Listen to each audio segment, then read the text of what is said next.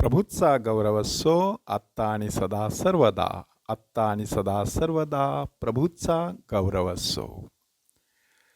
मलाखी हा शब्द हिब्रू भाषेतील मालआख ह्या शब्दापासून आलेला आहे. मालआख म्हणजे मेसेंजर किंवा निरोप्या किंवा देवदूत आणि मालआखी म्हणजे माझा निरोप्या. पहा, मी तुझ्या पुढे मार्ग तयार करण्यासाठी माझा निरोप्या पाठवतो. अशा प्रकारे मलाखीच्या पुस्तकामध्ये संत योहान बाप्तिस्त्याच्या आगमनाविषयी अगोदरच सांगण्यात आलेला आहे. ज्या प्रभूला तुम्ही शोधता तो एकाएकी आपल्या मंदिरात येईल.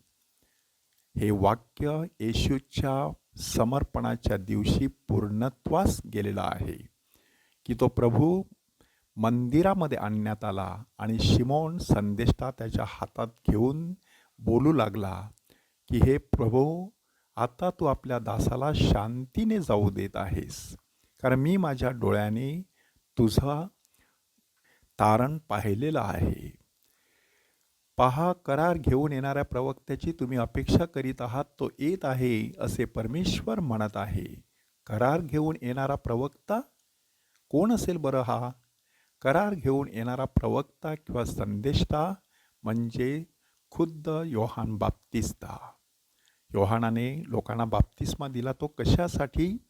की तुम्ही आपला करार विसरलेले आहात, तुम्ही परमेश्वरापासून दूर गेलेले आहात, आता बाप्तिस्मा घेऊन परत एकदा परमेश्वराकडे वळा. हाच संदेष्टा पुढे लोकांना सांगत आहे की पश्चातापास योग्य अशी फळं द्या. आत्ताच कुऱ्हाड झाडाच्या मुळाशी ठेवलेली आहे किंवा परमेश्वराच्या हातामध्ये सूप आहे. तो आपलं धान्य कोठारात साठवून देईल, परंतु भूस मात्र न विझणाऱ्या अग्नीमध्ये टाकून देईल.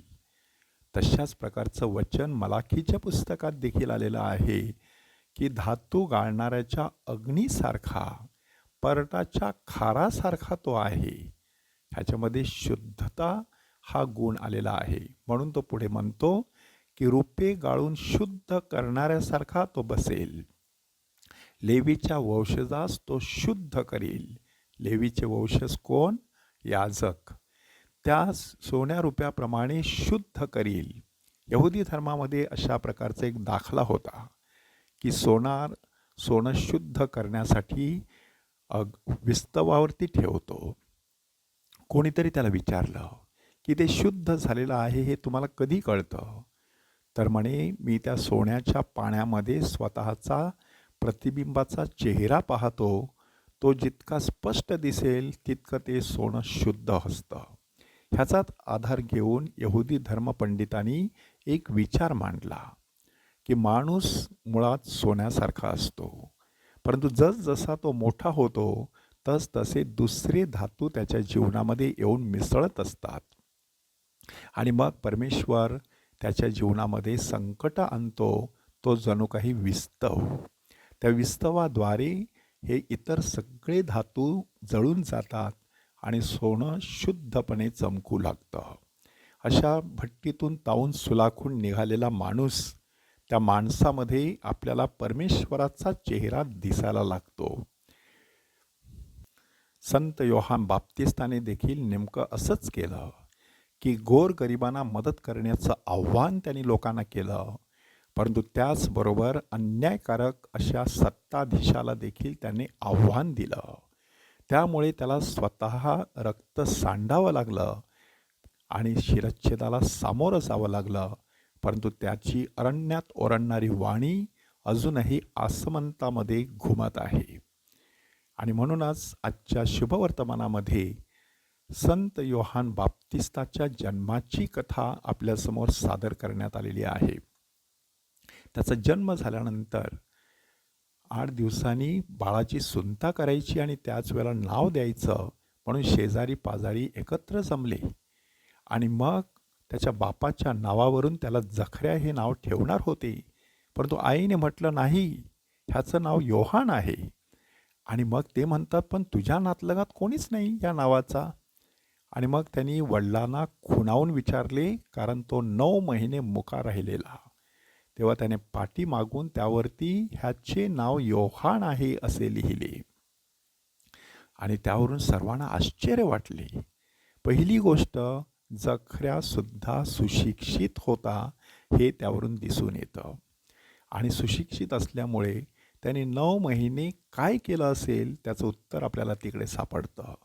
9 महिने त्याने परमेश्वराचं वचन वाचण्यामध्ये आपलं वेळ खर्ची केला असेल. आणि अलिशिबासुद्धा शिकलेली असेल, कारण कधीतरी अलिशिबेला त्याने पाटीवरती लिहून दाखवलं असेल, ह्या बाळाचं नाव योहान असं द्यायचं. म्हणून अलिशिबा लोकांना सांगत आहे की त्याचं नाव योहान द्यायचं. हे नाव मुळात कोणी दिलं? देवदूताने दिलेलं आहे. म्हणजे योहान म्हणजे देवाची कृपा. ही कृपा त्या यहुदियाच्या जखऱ्याच्या घरामध्ये अवतरलेली होती. परंतु त्याहीपेक्षा अधिक महत्त्वाचं सत्य ह्या संवादामधून साकार होतं. एकीकडे परमेश्वराचं प्रकटीकरण होतं आणि दुसरीकडे सामाजिक चालीरीती आणि रूढी होत्या. परंतु त्या चालीरीती आणि रूढी ह्यापेक्षा परमेश्वराचं प्रकटीकरण महान असतं, हे जणू काही योहानाला त्याचं नाव देऊन त्याच्या आईवडिलांनी आपल्याला दाखवून दिलेलं आहे. लवकरच आपण येशूचा जन्मोत्सव साजरा करणार आहोत आणि योहान मातेच्या उदरापासूनच जणू काही त्याची तयारी करत होता. आपल्याला देखील तशी तयारी करता यावी, शुद्ध होऊन परमेश्वराचं दर्शन आपल्याला घडावं म्हणून प्रार्थना करूया. प्रभूचा गौरव असो आत्ता आणि सदा सर्वदा. आत्ता आणि सदा सर्वदा प्रभूचा गौरव असो.